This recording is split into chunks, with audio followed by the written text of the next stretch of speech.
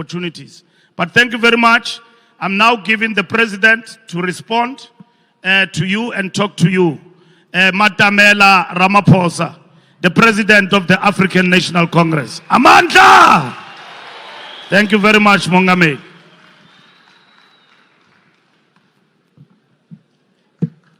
Let's be seated, please.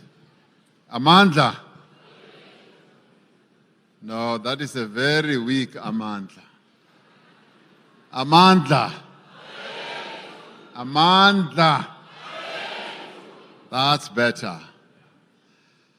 Now, let me start off by thanking the province, our province here in Mpumalanga. And I often see that we are doing the very best that we can. Now you have all these others who come forward. Nyue, nyue, nyue, nyue, nyue, nyue, nyue, nyue. We will do this for the young people. Where is the evidence? Dololo, dololo. There is no evidence of what they can do. Only the African National Congress has proven that it has a track record in supporting young people.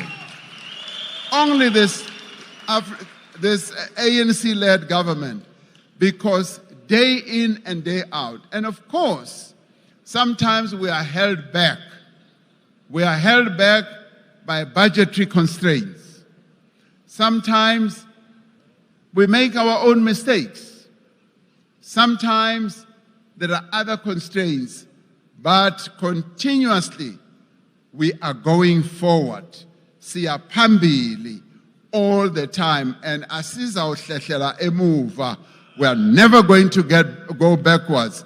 Forward forever. That's exactly what we are going to be doing in empowering young people. So I say to all of you as young people, you've got a government that is determined to support you. But then I say, as I end,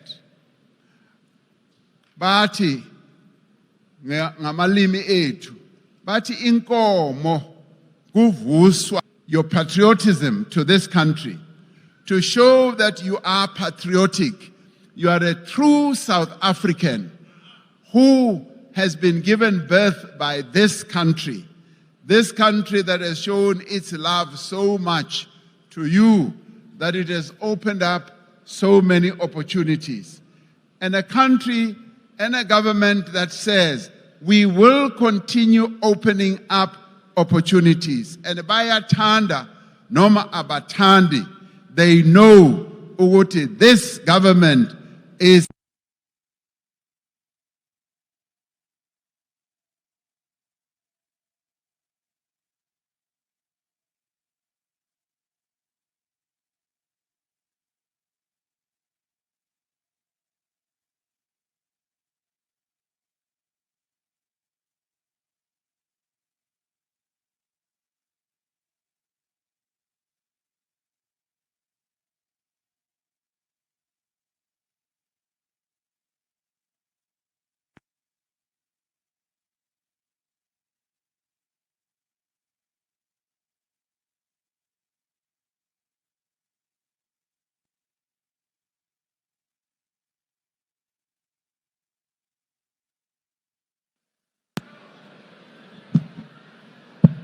okay, I'm ending now.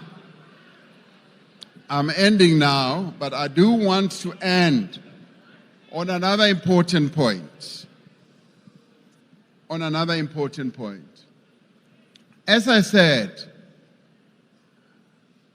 the cow that needs help must show that it has its own initiative to rise up.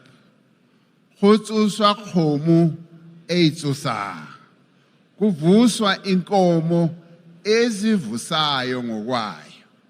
So we want to see that level of initiative. The determination that I listened to from these young people is fantastic. To me, it's an inspiration because they want to win, they are hungry for success, and that is exactly what we want to see with our young people. Now, in order for you to embrace the future, There are a number of things that you must do. You must have determination, you must have ambition, you must have commitment, you must be willing to sacrifice certain things. You must be disciplined yourself. You must tell yourself that I am going to be disciplined, I am going to focus on the future that I want. And to do so, one of the things you must do is to improve yourself on an ongoing basis, to improve your own educational outcomes.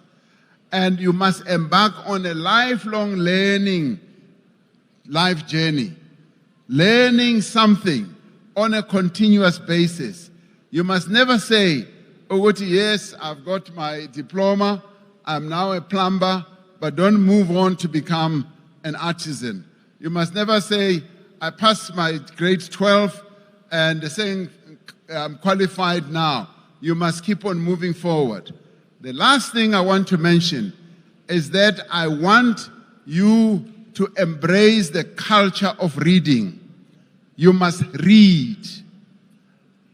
Some of the most successful countries in the world are countries where the population loves books, where people love to read all the time. We don't have time now.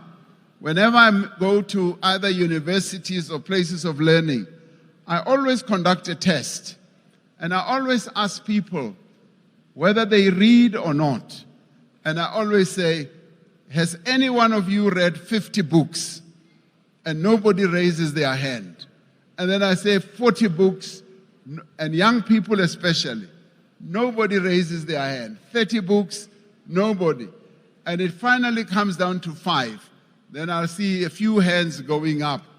The problem that we need to address is that we must develop the culture of reading, of self-improvement, of making ourselves better, of wanting to succeed all the time. Yes, government will be there to support you, but you and I yourself, you must demonstrate hore o tla e tsosa. Now, I may be very personal, and I'm going to be personal. The president of the ANC Youth League lost his parents when he was a young boy. And he lived alone in a shack. But you know what he did? He did not wallow. He did not wallow in self-pity and said, I've lost my parents, both of them. I live alone. I must now go to the streets. He focused on his books and his education. And that's one of the things I'm really proud about this president of the ANC Youth League. I'm very proud because he picked himself up. He said to himself, my future is about getting educated. My future is about grasping education, alone, living alone as even, how old were you, 14? How much? He was 16 years old. He's a public figure now, and his life story can be told. He was 16 years old, lived alone, lost both his parents, but he picked himself up. Today, here he is. He's got degrees. He's qualified, and that is the type of drive and passion and commitment that we want to see in all of you. If you want to be leaders of tomorrow, please go and get qualified in something. Go and get an education. Read books. Broaden your knowledge. And this is what I want to encourage all of you to do as you reach for the stars. Today, I leave Mpumalanga. Well, I leave on Saturday after the rally. I leave here very inspired. And I hope that I'll see most of you, if not all of you, at the rally on the 13th, when we celebrate the birth of the African National Congress, when we also begin to look forward to the victory of the African National Congress in this year's elections, so that the ANC can continue with the work it has been doing. And that is why we are going to say, Niyabasabana. Niyabasabana. Siyabafuna. That's why the ANC must win these elections to continue with this process of empowering you. Amandla. Amandla. Thank you very much.